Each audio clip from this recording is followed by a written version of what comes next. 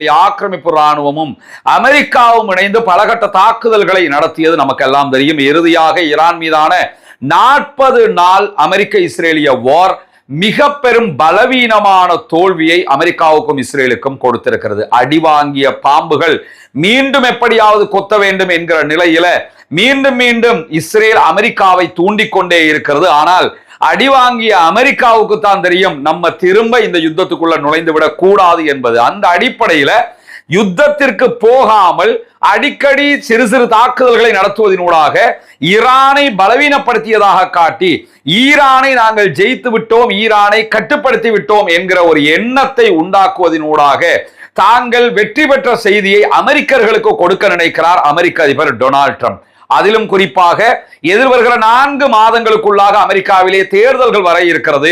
அந்த தேர்தல்களுக்கு முன்பதாக நடத்தப்படுகிற உள்கட்சி தேர்தல்கள் எல்லாவற்றிலுமே அமெரிக்க அதிபருடைய கட்சியிலேயே அமெரிக்க அதிபருக்கு எதிர்ப்பு வலுக்கிற அதே நேரம் அமெரிக்க அதிபருக்கு எதிராக இருக்கக்கூடிய ஜனநாயக கட்சியினுடைய வேட்பாளர்கள் பாலஸ்தீன ஆதரவாளர்களாக தங்களை வெளிப்படையாகவே அடையாளம் காட்டினாலும் அவர்கள் தற்போது தேர்தல்கள்ல உள்கட்சி தேர்தல்கள்ல வெற்றி பெற்று வருகிறார்கள். எனவே பாலஸ்தீனத்திற்கு ஆதரவான நிலைப்பாடுகள், ஈரானுக்கு ஆதரவான, குறிப்பாக ஈரான் விவகாரத்தில் அமெரிக்காவுக்கு எதிரான நிலைப்பாடுகள் எல்லாம் அமெரிக்க அதிபருக்கு மிக பெரும் பின்னடைவை கொடுத்து கொண்டிருக்கிறது. இந்த நிலையில தான் எப்படியாவது ஈரானை கண்ட்ரோல் பண்ண நினைக்கிறார் அமெரிக்க அதிபர் டொனால்ட் ட்ரம்ப். ஆனால் இன்றைக்கும் வெளியாகி இருக்கக்கூடிய செய்திகள் அமெரிக்க அதிபருக்கு நற்செய்தியாக இல்லை என்பதை நாம் புரிந்து கொள்ள வேண்டும்.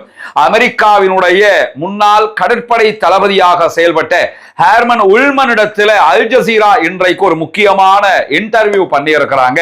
அந்த செய்திகளை அல் ஜசீரா ஒளிபரப்பி கொண்டிருக்கிறது. அதிலே சொல்லப்படக்கூடிய செய்திகள் அமெரிக்காவினுடைய தற்போதைய நிலை என்ன என்பதை அழகாக படம் பிடித்து காட்டுகிறது. ஹேர்மன் உல்மன் அமெரிக்காவினுடைய முன்னாள் கடற்படை தளபதி சொல்லுகிற நேரத்தில் தற்போது எப்படி கொரியா போர் நடைபெற்று கொண்டிருந்ததோ அதே போன்று அமெரிக்காவுக்கும் ஈரானுக்கும் இடையில ஒரு சூடான கூலான ஒரு யுத்தம் நடந்து கொண்டே இருக்கிறது. கொரியா வாரை பொறுத்தவரையில 2.5 ஆண்டுகளாக யுத்தமும் பேச்சுவார்த்தையும் ஒரு சேர நடந்ததை போலதான் தற்போதும் யுத்தமும் பேச்சுவார்த்தையும் நடைபெற்று வருகிறது என்று சொல்லக்கூடியவர் எது எப்படி போனாலும் யுத்தத்திலே ஈரான் ஜெயித்திருக்கிறது. அது மட்டுமல்லாமல் எதிர்வருகிற மாதங்கள்ல அமெரிக்காவில் தேர்தல் வரை இருக்கிறது. ஆல்ரெடி அமெரிக்க அதிபருக்கு அமெரிக்காவுக்குள்ள அழுத்தங்கள் அதிகரித்து வருகிற நிலையில இந்த தேர்தலை ஒட்டி மிக பெரும் அழுத்தத்தை அமெரிக்க அதிபருக்கு கொடுக்க நினைக்கிறது ஈரான். இந்த நிலையில ஈரான் அமெரிக்க அதிபருடைய பலவீனத்தையும் மிக தெளிவாக புரிந்து கொண்டிருக்கிறது. அதுவும் ஈரானுடைய இந்த வலுவான நிலைக்கு காரணமாக இருக்கிறது என்கிறார் அமெரிக்காவுடைய முன்னாள் கடற்படை தளபதி ஹெர்மன் உல்மன். அமெரிக்க அதிபர் டொனால்ட் ட்ரம்ப் கடந்த வாரம் டர்க்கியினுடைய அங்காராவில் நடைபெற்ற நேட்டோ நாடுகளின் கூட்டணி தலைமைகள் கலந்து கொண்டிருந்த மாநாட்டில் பேசுகிற நேரத்தில் மிக வெளிப்படையாகவே ஈரானுடைய தலைவர்களை மிக கேவலமான வார்த்தைகளை கொண்டு திட்டினார். இந்த ஒப்பந்தம் முறிந்து விட்டது என்றெல்லாம் சொன்னார்.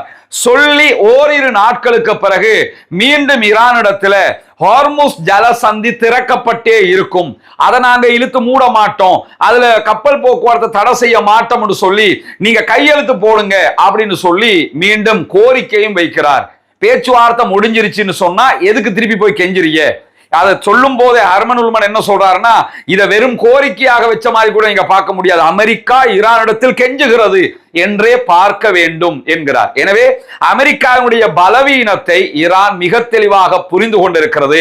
அதை பயன்படுத்தித்தான் ஈரான் தன்னுடைய இராணுவ வலிமையை நிலைநாட்டுவதற்கு முயல்கிறது என்கிறார் அமெரிக்காவுடைய முன்னாள் கடற்படை தளபதி. இந்த நேரத்தில் இந்த சத்தியம் தொலைக்காட்சி என்று சொல்லி இருக்கிற குப்பையை பூரா செய்தியாக்குகிற ஒரு தொலைக்காட்சி தமிழ்நாட்டில் இருக்குது. அவங்க ஒரு 2 நாளைக்கு முன்னாடி ஒரு செய்தியை நம்ம பார்க்க முடிஞ்சது. என்னன்னு கேட்டா அமெரிக்காவிடம் பேச்சுவார்த்தைக்கு கெஞ்சுகிறது ஈரான் அப்படின்னு. அமெரிக்காட்ட எந்த காலத்துல ஈரான் பேச்சுவார்த்தைக்கு கெஞ்சுது? அமெரிக்கா தான் கெஞ்சுகிறது என்று அமெரிக்காவின் முன்னாள் கடற்படை தளபதியே இன்றைக்கு வெளிப்படையாக அல் ஜசீராவுல வந்து பேசிக்கிட்டு இருக்கிறாரு. ஆனா ஈரான் கெஞ்சுகிறது அப்படின்னு சொல்லி தலைப்பு போட்டிருக்காங்க. உங்க ஆசையெல்லாம் அவன் பண்ணிக்கிட்டு இருக்க முடியுமா? உங்களுக்கு ஆசை, ஆனா அவன் பண்ண மாட்டான்ல.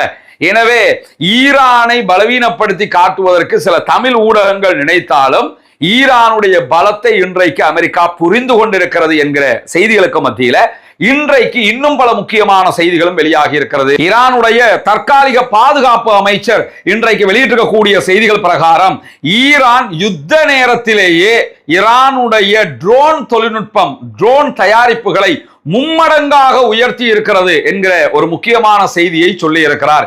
யுத்த நேரத்தில் ஆயுத தயாரிப்புகள் நிறுத்தப்பட்டிருக்கும் என்று எல்லாருமே நினைச்சிருப்பாங்க. ஆனா நாங்க யுத்த நேரத்தில் தான் ஈரானுடைய ட்ரோன் தொழில்நுட்பத்தை அதிகரித்திருக்கிறோம், மும்மடங்கு ட்ரோன்களை தயாரிப்பதற்கு ஆரம்பித்திருக்கிறோம், அது யுத்த காலத்திலிருந்தே தொடங்கப்பட்டு விட்டது என்கிற ஒரு அதிர்ச்சி தகவல்களை சொல்லியிருக்கக்கூடிய காட்சிகளை நம்ம பார்க்க முடியும். அதை தாண்டி ஈரான் தொழில்நுட்பத்தில் முதலீடு செய்ததனுடைய பலனை தற்போது அனுபவித்துக் கொண்டிருக்கிறது என்கிறார். ஒருபுறம் அமெரிக்கா இஸ்ரேலோடு நேரடி யுத்தத்தை செய்த ஈரான் அதிலே தன்னுடைய ட்ரோன்களை பயன்படுத்தின அதே நேரத்தில் தொடர்ந்து ரஷ்யாவுக்கு தன்னுடைய ட்ரோன்களை ஏற்றுமதி செய்து கொண்டிருக்கிறது, விற்பனையும் செய்து கொண்டிருக்கிறது. எனவே ஈரானுடைய ஆயுத உற்பத்தி திறன் அதிகரித்திருக்கிறது என்பதை யதார்த்தமாகவே உலகினர் புரிந்து கொள்வதற்கான வாய்ப்பாகவும் இது அமைந்திருக்கக்கூடிய நேரத்தில் மேலதிகமாக இன்றைக்கு வெளியாகி இருக்கக்கூடிய ஒரு முக்கியமான செய்தி என்னன்னு கேட்டா, அமெரிக்காவினுடைய செயல்பாடுகளையும் இஸ்ரேலுடைய நடத்தைகளையும் ரொம்ப காட்டமாக விமர்சித்திருக்கிறார் ஈரானுடைய தற்போதைய ஆன்மீக தலைவர் ஆயத்துல்லா முஜ்தபா அலி ஹாமனி. என்ன காட்டமாக அவர் தெரிவித்திருக்கக்கூடிய கருத்துன்னு சொன்னா, ஏற்கனவே ஈரானுக்குள்ள பல தலைவர்களை அமெரிக்காவும் இஸ்ரேலும் கொண்டிருக்கிறது. குறிப்பாக 2008களுக்கு பிறகு அவர்கள் பல தலைவர்களை அவ்வப்போது இலக்கு வைத்து கொலை செய்து கொண்டே வந்தார்கள். இந்த யுத்தத்துல முஜ்தபா ஹாமனியினுடைய தகப்பனார் ஆயத்துல்லா அலி ஹாமனியையும் கொலை செய்ததெல்லாம் நமக்கு தெரியும். இன்னும் பல தலைவர்களும் அதிலே கொல்லப்பட்டார்கள். இப்படியான ஒரு நிலையில இந்த அத்தனை பேருக்கும் நாம் பழி தீர்க்க வேண்டும், பழி தீர்ப்பதைத்தான் ஈரானியர்கள் விரும்புகிறார்கள் என்கிற செய்திகள் அவர் வெளிப்படுத்தி இருந்தாரு. ஈரானுக்குள்ள மக்களுடைய மனோநிலையும் நம்முடைய இழந்த தலைவர்களுக்கு நம்ம பழி தீர்த்தே ஆக வேண்டும் என்கிற நிலைக்கு தற்போது உயர்ந்திருக்கிறது. காரணம் என்ன? யுத்தத்துல ஜெயிச்சுட்டாங்க, அப்பர் ஹேண்ட் ஆயிட்டாங்க. எனவே நம்ம விடக்கூடாது, இஸ்ரேல் காரங்களை 2-1 பார்த்துட்டு தான் நிறுத்தணும், எப்பயுமே இந்த மாதிரி சண்டையை நம்ம பார்த்துக்கிட்டு இருக்க முடியாது என்கிற ஒரு நிலை தற்போது தோற்றம் பெற்றிருக்கிறது.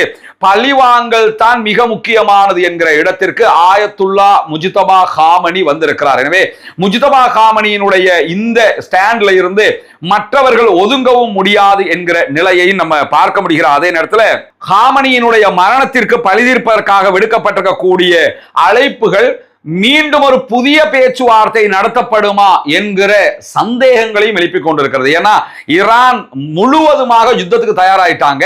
அப்படி இருக்கும்போது எதுக்கு பேச்சுவார்த்தைக்கு போவாங்க? பேச்சுவார்த்தைக்கு போறதுக்கு வாய்ப்பு கிடையாது என்கிற நிலையில யார் பதவியில் இருந்தாலும் இஸ்ரேலையும் அமெரிக்காவையும் பழிவாங்க வேண்டும் என்பதுதான் ஈரானியர்களுடைய தற்போதைய நிலைப்பாடாக இருக்கிறது என்று சொல்லக்கூடிய அல் ஜசீரா, ஈரானியர்கள் இஸ்ரேலியர்களை குறிப்பாக பழிவாங்குவதை யாரும் தவிர்க்கவே முடியாது என்கிற அளவுக்கு நிலைமை மாறி இருக்கிறது. எனவே புதிய பேச்சுவார்த்தைகள் விரைவில் நடைபெற இருப்பதாக அமெரிக்கர்கள் கூறுகிறார்கள். ஆனால் ஈரானியர்களோ இல்லை, பேச்சுவார்த்தைகளே கிடையாது, பழி வாங்கணும் என்பதுல உறுதியாக இருக்கிறாங்கிறத ஈரானுடைய ஊடகங்களை பார்க்கும் போதே தெரிந்து கொள்ள முடியும் என்று அல் ஜசீரா ஈரானுடைய ஊடகங்களை சுட்டிக்காட்டி தகவல் சொல்லுகிற அதே நேரத்தில் பேச்சுவார்த்தைகள் மீண்டும் தொடங்க வேண்டும் என்று ஈரான் அமெரிக்காவிடத்தில் கோரிக்கை விடுத்திருக்கிறது என்கிற செய்திகள் வெளியாகி பல ஊடகங்களும் செய்திகளாக அதை போட்டுக்கிட்டு இருந்தன. அதை ஒட்டித்தான் கெஞ்சுகிறது, கதறுகிறது, அழுகிறது என்றெல்லாம் இந்த சத்தியம் தொலைக்காட்சி மாதிரி ஒண்ணுக்கு உதவாத குப்பைகளை செய்தியாக்கக்கூடிய தொலைக்காட்சியும் செய்தி போட்டிருந்தது. அதையொட்டி இன்றைக்கு ஈரானுடைய வெளிவிவகார அமைச்சின் ஊடக பேச்சாளராக இருக்கக்கூடிய இஸ்மாயில் பகாயி வெளியிட்டிருக்கக்கூடிய அறிவிப்புல அமெரிக்காவோடு மீண்டும் ஒரு பேச்சுவார்த்தையை தொடங்குவதற்கு எந்த இடத்திலும் நாங்கள் கோரிக்கை வைக்கவும் இல்லை, அந்த தேவையும் எங்களுக்கு இல்லை. அமெரிக்காவுக்கு தான் எங்களோட பேசுற தேவை இருக்குது தவிர எங்களுக்கு அந்த தேவையில்லை, நாங்கள் எந்த கோரிக்கையும் வைக்கல என்று சொல்லி மிக தெளிவாக மறுதளித்திருக்கிறார் என்கிற செய்திகளும் பதிவாகி இருக்கிற அதே நேரத்தில் நேற்றைய தினம் நம்முடைய வீடியோவில் அமெரிக்க அதிபர் டொனால்ட் ட்ரம்பை ஈரான் படுகொலை செய்ய முயற்சிக்கிறது என்கிற ஒரு செய்தியை அமெரிக்க அதிபர் சொல்லி இருந்தாரு. அவரையொட்டி இஸ்ரேலும் அதுக்குரிய உளவு தகவல் எல்லாம் கிடைச்சிருக்குன்னு சொல்லி இருக்கிறாங்க என்கிற செய்திகளை எல்லாம் நம்ம சொல்லி இருந்தோம். இதுவரைக்கும் ஈரான் அதை பத்தி எந்த இடத்துலயுமே எதுவுமே சொல்லல. ஆனா இன்னைக்கு மீண்டும் அமெரிக்க அதிபர் அது சம்பந்தமாக பேசி இருக்கிறாரு. என்ன காரணம் கேட்டா, ஈரானை ஜெயிக்க முடியல, ஈரானை தோக்கடிக்க முடியல, நம்ம வாங்கிட்டு வாங்கிட்டோம். இப்ப அனுதாபலயம் உண்டாக்கணும் அமெரிக்கா மக்களுக்கு மத்தியில. என்ன கொல்ல நினைக்கிறாங்க பாத்தீங்களா, உங்களுடைய அதிபரை கொல்ல பார்க்கிறார்கள், இது சரிப்பட்டு வருமாங்கிற அந்த நெகட்டிவ் ப்ரமோஷன் ஒன்றை எடுத்துக்கிறதுக்கான ஒரு முயற்சியை செய்ய ஆரம்பித்திருக்கிறார் அமெரிக்க அதிபர் டொனால்ட் ட்ரம்ப். இன்றைக்கு அவர் எடுத்திருக்கக்கூடிய அறிவிப்புல, என்னை கொலை செய்தால் 1000 ஏவுகணைகள் ஈரானை துளைத்தெடுக்கும், ஈரானை முற்றுமுழுதா அமெரிக்கா அழிச்சிரும், அதற்கு நான் இப்பவே ஆர்டர் போட்டு வச்சிருக்கிறேன், என்ன கொண்டா நீங்க ஆக்களை அழிச்சிருனே அப்படின்னு சொல்லி நான் இப்ப சொல்லி வச்சிருக்கிறேன் அப்படின்னு சொல்லி இன்றைக்கு அமெரிக்க அதிபர் டொனால்ட் ட்ரம்ப் விடுத்திருக்கக்கூடிய அறிவிப்புல சொல்லி இருக்கிறாரு.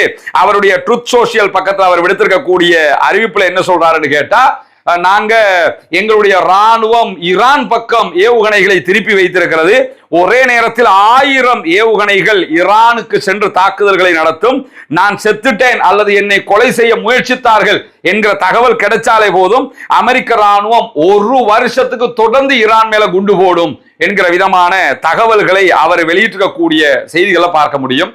அமெரிக்க அதிபரை பொறுத்தவரையில அவர் சீரியஸா சொன்னாலே சிரிக்கிறாங்க, இப்ப சிரிப்பு காட்டுற மாதிரி சொல்லும் போது சீரியஸா பாப்பாங்களாங்கிற கேள்விகள் இருக்கிறது. அவரை பற்றி உலகமே மிக தெளிவாக புரிந்து கொண்டிருக்கக்கூடிய நிலையில தான் இந்த செய்திகளை அவர் வெளியிட்டிருக்கக்கூடிய நேரத்தில் இன்றைக்கு ஈரானுக்கான ஐநாவினுடைய தூதுவர் விடுத்திருக்கக்கூடிய அறிவிப்புல, அமெரிக்காவினுடைய யுத்த நிறுத்த மீறல்கள் தொடர்ந்தால் நாங்கள் அமெரிக்காவோடு செய்து கொண்ட ஒப்பந்தத்தை துளியும் மதிக்க மாட்டோம், தூக்கி குப்பையில் வீசி விடுவோம் என்கிற செய்தியை உறுதிபட தெரிவித்திருக்கிறார். அமெரிக்காவுடைய தாக்குதல்கள் நிறுத்தப்பட வேண்டும்.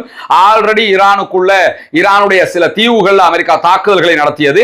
இது மாதிரி திரும்ப தாக்குதல்கள் நடத்தினாங்கன்னு சொன்னா இந்த ஒப்பந்தம் கடாசி கிழித்து எறியப்படும் என்கிற செய்திகளை இன்றைக்கு ஈரானுடைய ஐநாவுக்கான தூதுவர் சொல்லியிருக்கக்கூடிய செய்திகள் வெளியாகி இருப்பதை நம்ம பார்க்க முடிகிறோம். அதே நேரத்தில் இன்றைய நாள் ஈரானுடைய ஃபாரின் மினிஸ்டர் அப்பாஸ் அராக்சி ஓமானில் தரையிறங்கி இருக்கிறார். ஓமானுக்கு அவசரமாக பயணம் மேற்கொண்டிருக்கிறாரு.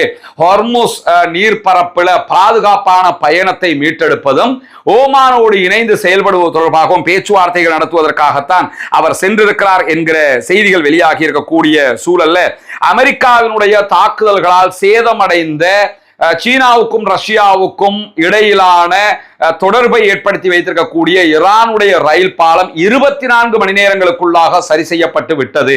எனவே பயணம் வளமை போன்று மேற்கொள்ளப்படுகிறது என்கிற செய்திகளையும் இன்றைக்கு ஈரான் விடுத்திருக்கக்கூடிய செய்திகளாக நம்ம பார்க்க முடியும். எனவே ஈரான் தொடர்ந்து தன்னுடைய பலத்தை நிலைநிறுத்துவதற்கு முழுமையான தயாரிப்போடு இருக்கிறது. தேவைப்பட்டால் நேரடி முழு யுத்தத்திற்கு நாங்கள் செல்வதற்கு தயார் என்கிற நிலையில் தான் ஈரான் இருக்கிறது என்பதை நம்ம புரிந்து கொள்ள முடிகிறது. தொடர்ந்தும் ஈரான் தொடர்பாகவும் மத்திய கிழக்கு தொடர்பான செய்திகளையும் எதிர்பாருங்கள். வரக்கூடிய உண்மை செய்திகளை உடனுக்குடன் உங்களுக்கு கொண்டு வந்து தருவதற்கு தயாராக இருக்கிறோம்.